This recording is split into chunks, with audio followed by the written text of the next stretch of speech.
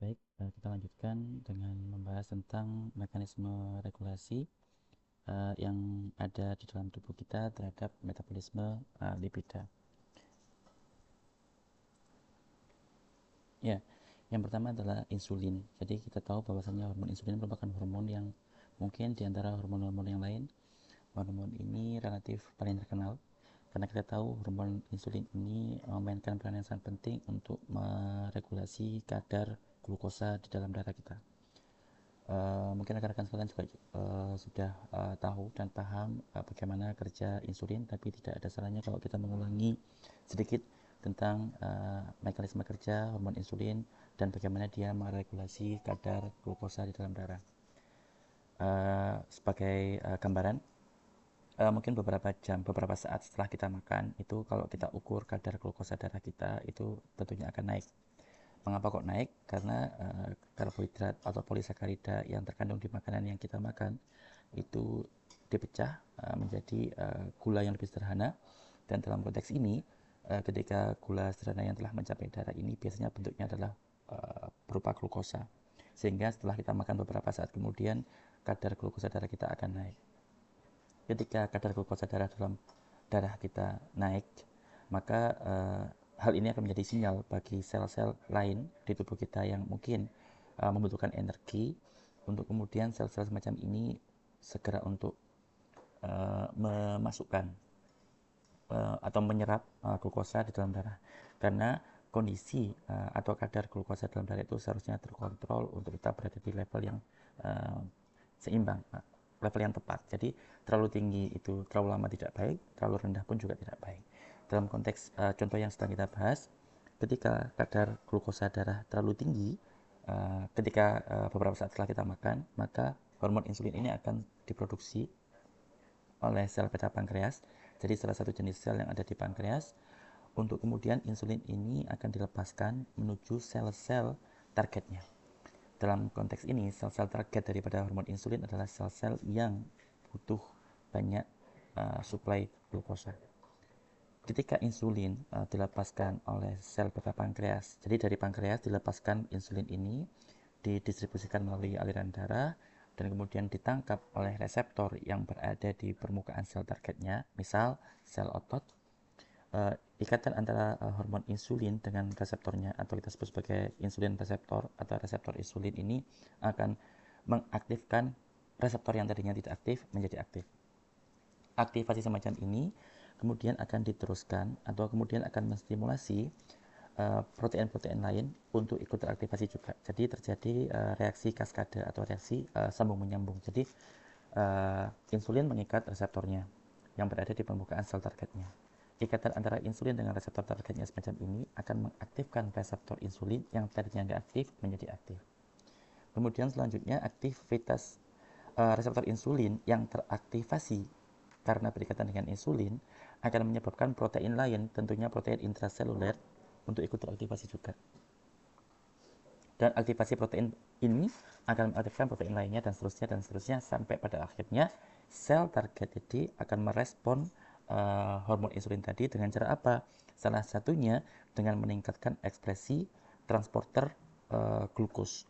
Jadi dengan cara mengaktifkan ekspresi gen-gen pengkode protein-protein transporter untuk glukosa, sehingga dengan diekspresikannya gen-gen seperti ini, maka laju translasi atau laju pengubahan gen semacam ini menjadi protein glukos transporter juga akan meningkat, sehingga nanti kadar atau jumlah protein yang berfungsi untuk memasukkan glukosa dari aliran darah menuju sel juga akan meningkat. Nah, jadi ini adalah respon yang diberikan oleh sel setelah sel tadi menerima sinyal dari berupa insulin. Nah, jadi dalam konteks ini insulin itu berperan untuk menurunkan kadar gula darah, karena dengan diekspresikannya, diproduksinya protein-protein glukosa transporter, maka glukosa yang berada di aliran darah akan diserap masuk ke dalam lingkungan intraseluler oleh sel-sel targetnya tadi. Ya. Sampai di sini insya Allah bisa ketangkap ya bagaimana insulin itu meregulasi atau mengontrol atau mengatur kadar glukosa di dalam darah. Kembali ke topik kita terkait lemak. Dalam konteks lemak, insulin itu mempromosikan lipogenesis atau produksi asam lemak. Ya, dari mana kita tahu tadi asam lemak adalah dibuat salah satunya dari asetil-CoA. Di sisi lain, insulin itu juga menghambat lipolisis atau pemecahan asam lemak. Ya, jadi insulin itu cenderung untuk meningkatkan lipogenesis atau pembentukan asam lemak, dan di saat yang sama insulin juga cenderung menghambat lipolisis atau pemecahan lemak. Apa itu lipolisis? Lipolisis adalah proses pemecahan trigliserida. Kita tahu tadi teman-teman, trigliserida itu adalah molekul yang terdiri atas gliserol, satu gliserol dengan 3 asam lemak, ya. Yang mana trigliserida ini tersimpan dalam sel-sel lemak atau adiposit, ya, atau fat cell, sel-sel lemak atau adiposit. Yang mana pemecahan trigliserida ini akan menghasilkan asam lemak atau free fatty acid dan gliserol, ya, yang sepertinya tadi sudah saya sebutkan. Nah, setelah trigliserida ini dipecah menjadi asam lemak dan gliserol, maka asam lemak bebas yang dihasilkan dari proses pemecahan ini tadi bisa digunakan sebagai sumber energi oleh tubuh kita. Ya, jadi tubuh kita ketika pada saat-saat tertentu kita membutuhkan energi, misalkan mungkin ketika kita puasa, biasanya kita tidak bisa lagi mengambil energi dari karbohidrat yang kita makan, karena ketika puasa kita tidak makan, maka sumber energi itu diambil dari pemecahan trigliserida tadi, ya, yang tadinya tersimpan di sel-sel lemak atau adiposit, kemudian kita pecah untuk menghasilkan gliserol dan juga asam lemak bebas. Atau juga bisa jadi ketika kita olahraga keras, ya, ketika kita olahraga, maka makanan yang tadinya kita makan, karbohidrat yang tadinya kita konsumsi sudah habis, sudah digunakan sebagai sumber energi ketika kita berolahraga, maka di akhir-akhir periode kita sedang berolahraga keras, kita mengambil energi dari simpanan lemak kita, ya. Jadi dalam konteks inilah asam lemak bebas yang diperoleh dari proses pemecahan trigliserida itu menjadi sumber energi kita baik ketika kita puasa maupun ketika kita sedang beraktivitas fisik yang berat. Dan proses lipolisis ini sendiri diregulasi oleh beberapa hormon, termasuk diantaranya adalah insulin yang sedang kita bahas hari ini, sekarang ini, dan juga hormon epinefrin atau adrenalin, dan juga hormon norepinefrin atau noradrenalin, jadi sinonim, ya, serta hormon glukagon. Nah, glukagon ini kan sangat berkaitan erat dengan insulin. Karena kalau kita tadi membahas tentang hormon insulin yang berfungsi untuk mengontrol atau untuk menurunkan kadar gula darah, maka glukagon ini sebaliknya. Dia berkebalikan fungsinya dengan hormon insulin. Kalau glukagon ini kerjanya malah ketika kadar gula darah kita sedang rendah. Ketika kadar gula darah kita sedang rendah, maka hormon glukagon akan diproduksi oleh sel di pankreas juga. Saya lupa apakah sel alfa pankreas, nanti insya Allah akan saya koreksi kalau salah. Sel alfa pankreas ini akan mensintesis dan juga kemudian merilis hormon glukagon, untuk kemudian glukagon ini akan dialirkan lewat aliran darah dan dikirim menuju sel yang jauh letaknya dari pankreas, dan di sana nanti glukagon ini akan menyebabkan proses pemecahan glikogen, ya, sehingga diperoleh nanti glukosa akan dirilis kembali ke aliran darah, sehingga respon daripada sel-sel pasca menerima glukagon adalah kadar glukosa dalam darah akan meningkat. Jadi glukagon itu malah meningkatkan kadar glukosa darah, sebaliknya insulin itu untuk menurunkan kadar glukosa darah yang tadinya tinggi, mungkin gara-gara kita makan, maka setelah kita makan, glukosa akan diturunkan oleh bantuan insulin. Jadi ini hubungan antara insulin dengan glukagon, dan juga tentunya dalam konteks metabolisme lemak, hormon-hormon lain seperti epinefrin atau adrenalin, norepinefrin atau noradrenalin juga turut berperan. Ya. Ini gambaran tentang hormon insulin, bagaimana regulasi insulin terhadap proses lipogenesis dan juga proses lipolisis. Teman-teman perlu tahu di sini ada beberapa keterangan yang mungkin teman-teman kurang familiar, tapi di sini ada jalur persinyalan PI3K. Jadi phosphoinositol trifosfat kinase, ya. Jadi ini merupakan PI3K. AKT PI3K ini adalah protein-protein. Yang kedua, protein ini itu berperan sangat penting dalam jalur persinyalan insulin, ya. Jadi teman-teman bayangkan di dalam sel-sel kita itu ada banyak sekali protein. Dan di antara protein-protein itu ada beberapa protein yang ketika sel kita itu menerima sinyal berupa insulin. Jadi sel kita, di permukaan sel kita itu ada reseptor insulin, dan reseptor itu mengikat insulin, maka ikatan ini akan menstimulus terjadinya reaksi kaskade. Ya, berulang kali saya singgung tentang reaksi kaskade. Reaksi kaskade itu gampangnya adalah kalau saya aktif, maka aktifnya saya ini akan menyebabkan si A aktif. Kemudian karena si A aktif, maka si A ini akan mengaktifkan si B. Si B aktif, maka si B akan mengaktifkan si C aktif akan mengaktifkan si D, dan seterusnya sampai pada akhirnya nanti berujung pada diekspresikannya gen-gen yang memang produk ekspresi gen itu diperlukan oleh sel tersebut untuk merespon sinyal insulin tadi. Ya. Jadi kalau sekarang teman-teman nanti akan banyak mendengarkan tentang PI3K, ya, maka kita coba sekarang membahas tentang efek daripada insulin terhadap simpanan energi yang ada di dalam sel-sel lemak atau adiposit. Teman-teman lihat di sini ada pre-adipocyte. Jadi pre-adipocyte itu berarti sel yang dia itu kalau dia berkembang lebih lanjut, dia akan berkembang menjadi adiposit atau sel lemak. Nah, proses diferensiasi, jadi proses perkembangan, ya, jadi berkembang itu kan bedakan antara perkembangan dengan pertumbuhan. Kalau sel itu tumbuh, maka sel itu bertambah besar ukurannya, atau sel itu bertambah banyak jumlahnya. Ya, jadi itu namanya tumbuh. Tumbuh itu adalah bertambah banyak secara kuantitas atau bertambah besar secara ukuran.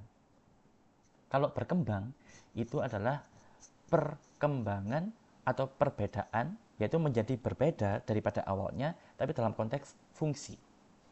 Contoh kalau teman-teman dulu ingat bahwasanya kita awalnya adalah dari pertemuan antara sel jantan dan sel betina, ya, dari ayah dan ibu kita. Kemudian akan bersatu, berfusi menjadi zigot. Zigot nanti akan membelah dan seterusnya hingga sel menjadi sel 2 sel, 4 sel, 8 sel dan seterusnya. Jadi ketika dari satu sel menjadi 2 sel, 2 sel menjadi 4 sel, ini adalah pertumbuhan. Karena belum ada perubahan fungsi. Ya. Sampai nanti ketika masuk tahapan gastrulasi, ya, maka di saat itu sudah mulai terjadi proses perkembangan. Ada beberapa sel yang kemudian akan berkembang menjadi endoderm, mesoderm, dan exoderm. Misalkan mesoderm ini nanti akan berkembang menjadi, salah satunya adalah sel-sel tulang. Ya, ini namanya berkembang. Jadi yang tadinya masih naif, belum tahu apa-apa, hanya fokus membelah, hanya fokus bertumbuh saja, tapi di suatu titik akan ada sinyal yang membuat dia tidak lagi tumbuh saja, tapi dia juga harus sudah berkembang. Ya, berkembang itu berarti mengembangkan fungsi. Seperti contoh teman-teman sekarang semuanya sedang kuliah di prodi biologi atau pendidikan biologi. Maka di saat ini semuanya masih fokus untuk belajar tentang biologi maupun pendidikan biologi. Tapi di suatu titik nanti teman-teman nanti mungkin contoh misalkan ada yang tiba-tiba dapat lowongan pekerjaan. Maka dengan lowongan pekerjaan itu teman-teman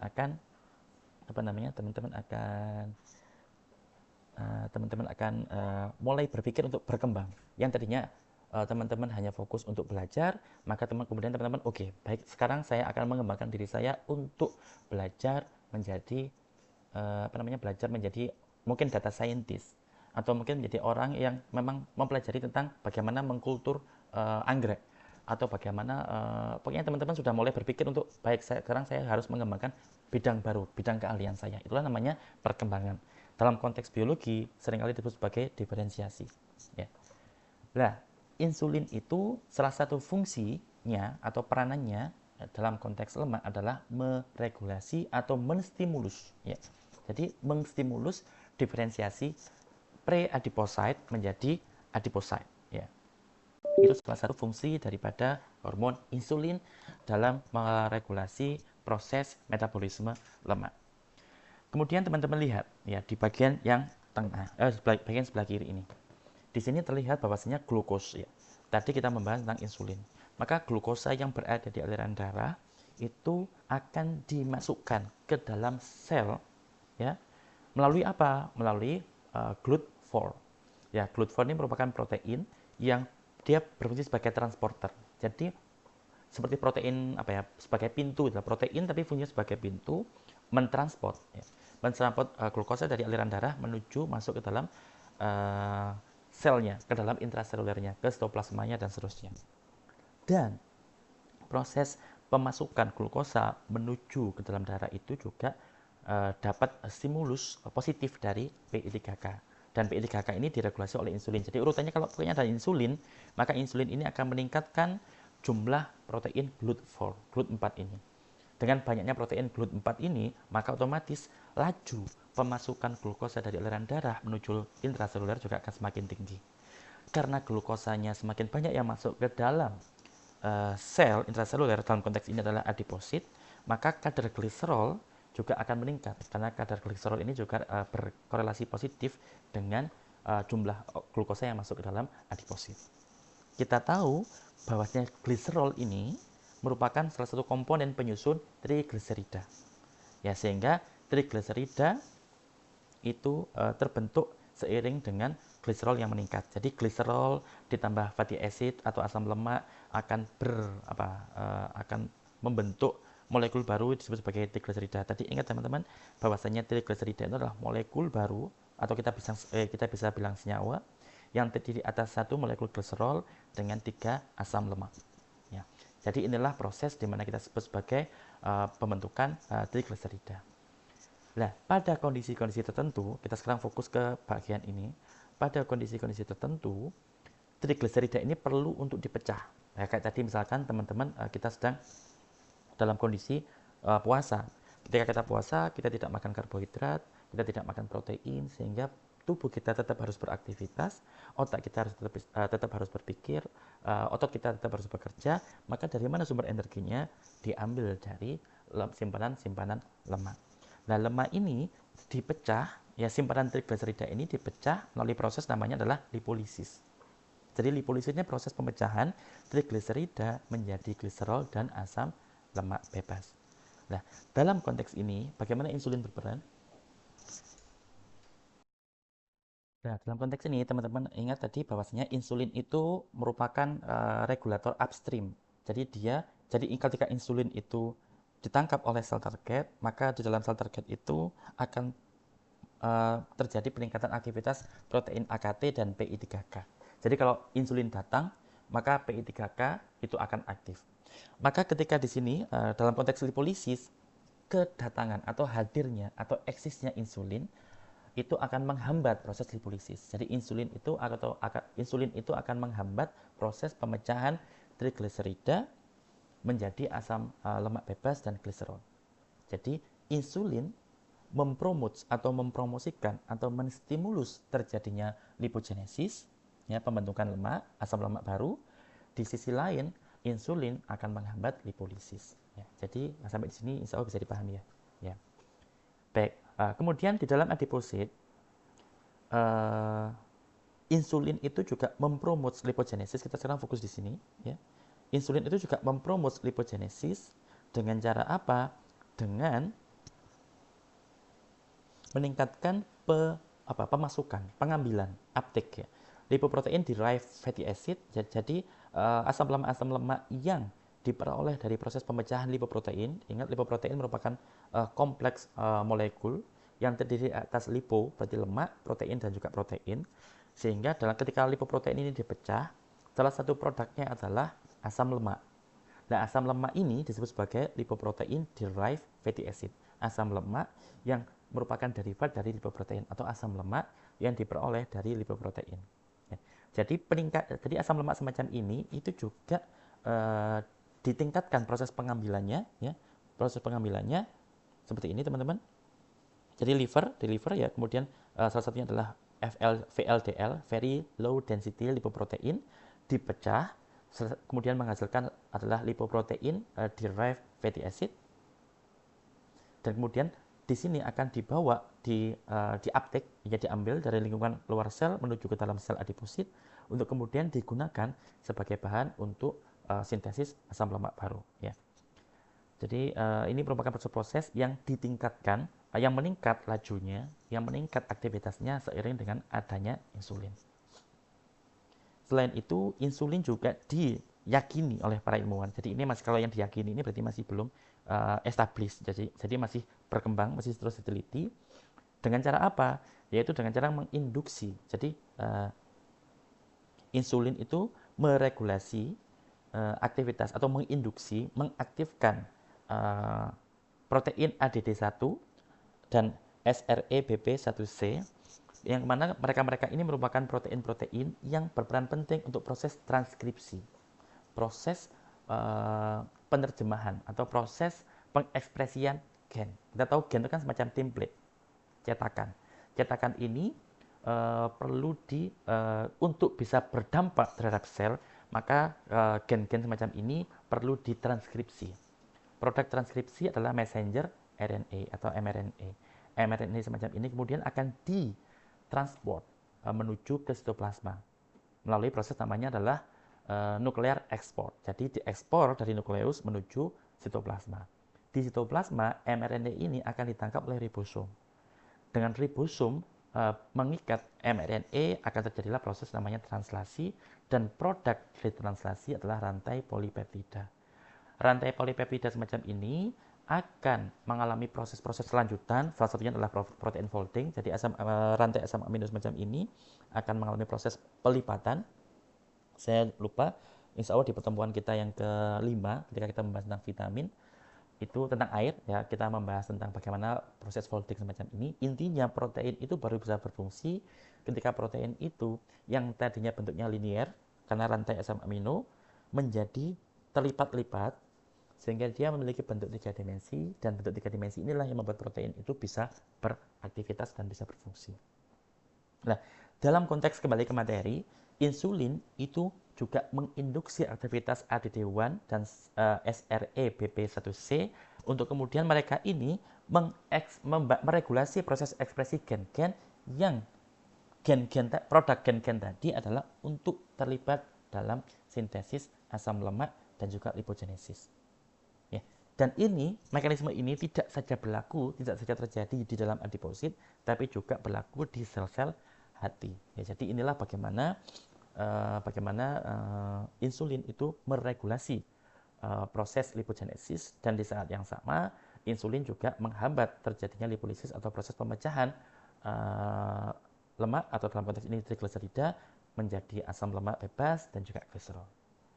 Ini mekanisme regulasi yang pertama dalam konteks metabolisme lemak.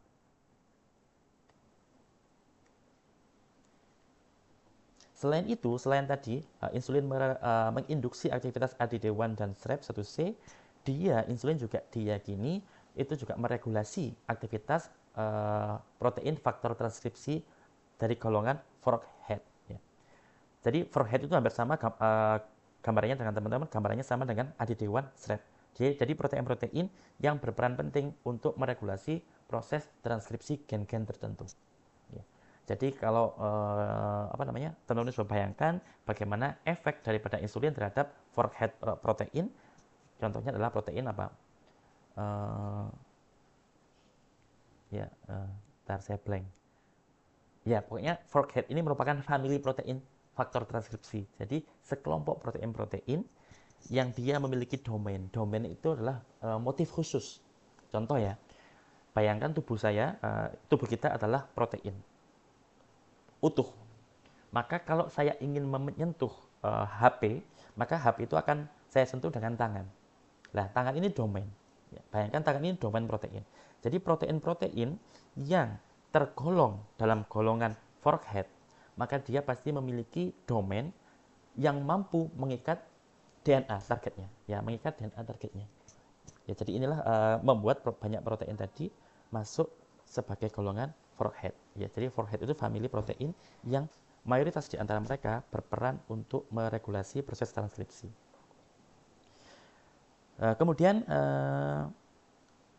jadi tadi sudah kita bahas bahwa insulin itu mencegah pemecahan trigliserida melalui dengan menghambat proses lipolisisnya, dan semua tahapan-tahapan ini itu diregulasi oleh jalur persinyalan PI3K atau PI3K signaling pathway.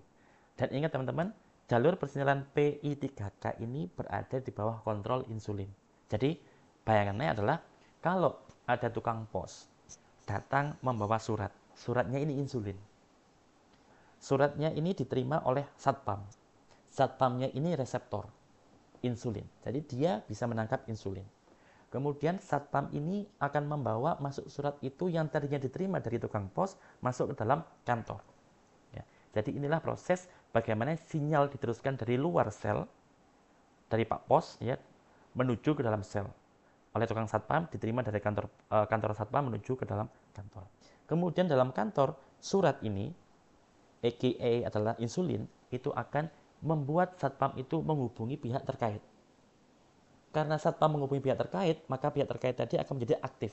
Tadinya dia mungkin cuma duduk-duduk, tadinya mungkin dia cuma minum kopi dan sebagainya, tapi karena ada.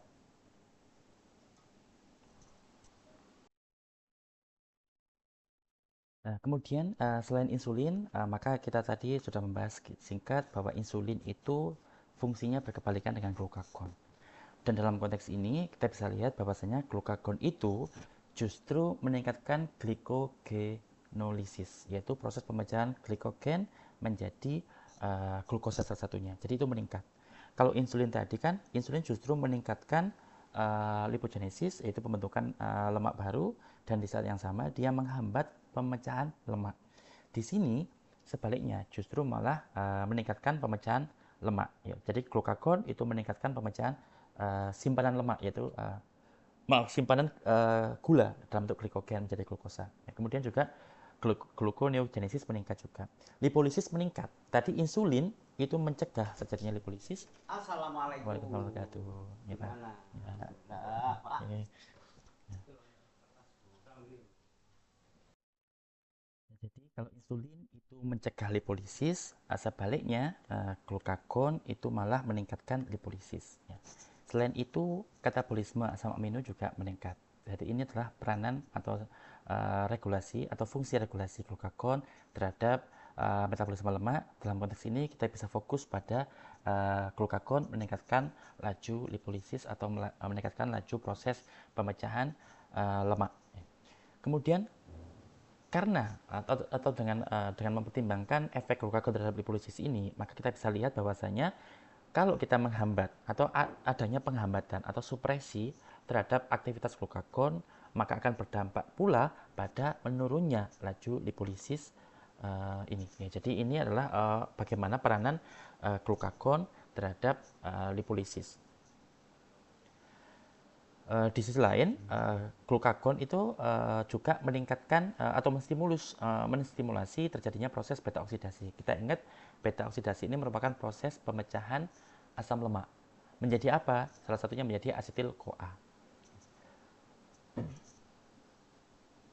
Sehingga glukagon itu meningkatkan beta oksidasi dan juga meningkatkan lipolisis.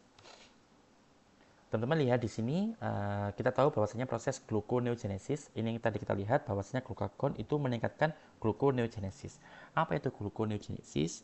Gluconeogenesis merupakan proses pembuatan atau pembentukan glukosa baru dari apa? Dari non-karbohidrat substrates, dari substrat-substrat non-karbohidrat, semisal asam amino, laktat, dan gliserol. Ya. Proses gluconeogenesis ini utamanya terjadi di dalam liver, ginjal, yang mana fungsinya adalah untuk mempertahankan kadar glukosa darah selama kita berpuasa ataupun ketika permintaan akan energi itu atau kebutuhan akan energi itu sedang meningkat. Ya, misalkan kita sedang olahraga berat. Nah, di sisi lain, glukagon itu meningkatkan glikogenolisis. Ya, apa itu glikogenolisis? Glikogenolisis adalah proses pemecahan glikogen ya, menjadi glukosa 1 fosfat, yang mana kemudian nanti glukosa 1 fosfat ini akan dikonversi menjadi glukos 6 fosfat, dan glukos 6 fosfat ini pada akhirnya nanti akan berfungsi sebagai salah satu sumber energi di tubuh kita. Proses glikogenolisis ini terjadi utamanya dalam liver dan otot. Karena kedua jadi pemecahan semacam ini digunakan untuk menyediakan glukosa ketika kadar glukosa di dalam darah itu rendah atau ketika aktivitas fisik menuntut banyaknya suplai energi baru. Ya, kita lihat di sini ya teman-teman ya. Jadi glikogen ini misalkan contoh, ketika kadar glukosa normal, maka ini adalah kadar glukosa normal. ketika ada suatu kondisi yang membuat kadar glukosa darah itu turun, ya, maka kita akan mengalami kondisi disebut sebagai hipoglisemi atau kondisi di mana kadar glukosa darah sedang rendah. Ketika kadar glukosa darah sedang rendah, maka hal semacam ini akan terdeteksi oleh sel alfa pada pankreas yang mana akan merespon kondisi semacam ini dengan cara melepaskan hormon glukagon. Dengan dilepaskannya hormon glukagon ini, maka glukagon akan didistribusikan menuju sel targetnya. Salah satunya adalah sel-sel hati. Mengapa? Karena kita ingat bahwa di hati, sel-sel hati itu terdapat simpanan glukosa dalam konteks dalam bentuk glikogen. Maka dengan adanya sinyal berupa glukagon ini akan direspon oleh sel-sel hati untuk menstimulasi terjadinya gluconeogenesis atau yang tadi kita sebut proses pembentukan glukosa baru dari substrat non-karbohidrat semisal asam amino, laktat, dan gliserol. Tidak hanya itu, tapi glukagon juga meningkatkan glikogenolisis dalam liver, yaitu proses pemecahan glikogen menjadi glukosa untuk kemudian glukosa ini nanti akan dilepaskan menuju plasma darah. Nah, karena dengan dilepaskannya glukosa dari dalam sel-sel hati menuju ke aliran darah akan membuat kadar glukosa darah yang tadinya turun menjadi kembali ke titik normal. Ya, jadi inilah bagaimana glukagon meregulasi kadar glukosa darah. Jadi glukagon diproduksi dan dilepaskan oleh sel alfa pankreas ketika kadar glukosa darah sedang turun. Kemudian kita lihat di sini bagaimana sih glukagon dan epinefrin atau nama lainnya adalah adrenalin itu menstimulasi beta oksidasi dan lipolisis. Teman-teman lihat di sini bahwasanya glukagon adalah hormon yang diproduksi oleh sel alfa pankreas. Sedangkan hormon epinefrin ini adalah hormon yang dia diproduksi oleh kelenjar hormon adrenal. Adrenal itu adalah itu berarti di sekitar, renal itu adalah ginjal. Jadi memang letaknya kelenjar ini berada di dekat ginjal. Lebih tepatnya itu ada di atas ginjal. Kita punya ginjal kanan, ginjal kiri, maka kita pun punya kelenjar adrenal kanan, adrenal kiri. Hormon ini kemudian nanti akan dilepaskan oleh kelenjar adrenal, begitu pula hormon glukagon, dan masing-masing akan mengikat reseptornya. Ya. Dan ikatan antara glukagon dengan reseptornya, ikatan antara epinefrin dengan reseptornya ini akan meningkatkan aktivitas, akan mengaktifkan protein lain yang disebut sebagai G protein coupled receptor. Jadi ada protein G, yang protein G ini mengikat pada reseptor glukagon maupun reseptor epinefrin, ya, atau disingkat sebagai GPCR. Kemudian aktivasi atau kompleks ikatan antara glukagon dengan reseptornya, epinefrin dengan reseptornya ini akan mengaktifkan protein G. Kemudian protein G nanti akan mengaktifkan protein lain yang disebut sebagai adenylyl cyclase, dan adenylyl cyclase ini akan mengaktifkan protein kinase A atau PKA, dan PKA ini kemudian akan meregulasi efek-efek pleiotropik daripada glukagon dan epinefrin. Ya, ini adalah struktur daripada epinefrin atau hormon adrenalin. Kemudian mekanisme regulasi yang berikutnya yaitu bagaimana protein yang disebut sebagai AMP Activated Protein Kinase atau AMPK memainkan peranan penting dalam regulasi metabolisme lemak.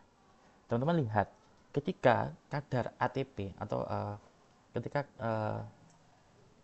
seseorang itu mengkonsumsi makanan atau tubuh kita sedang memiliki kadar ATP yang rendah.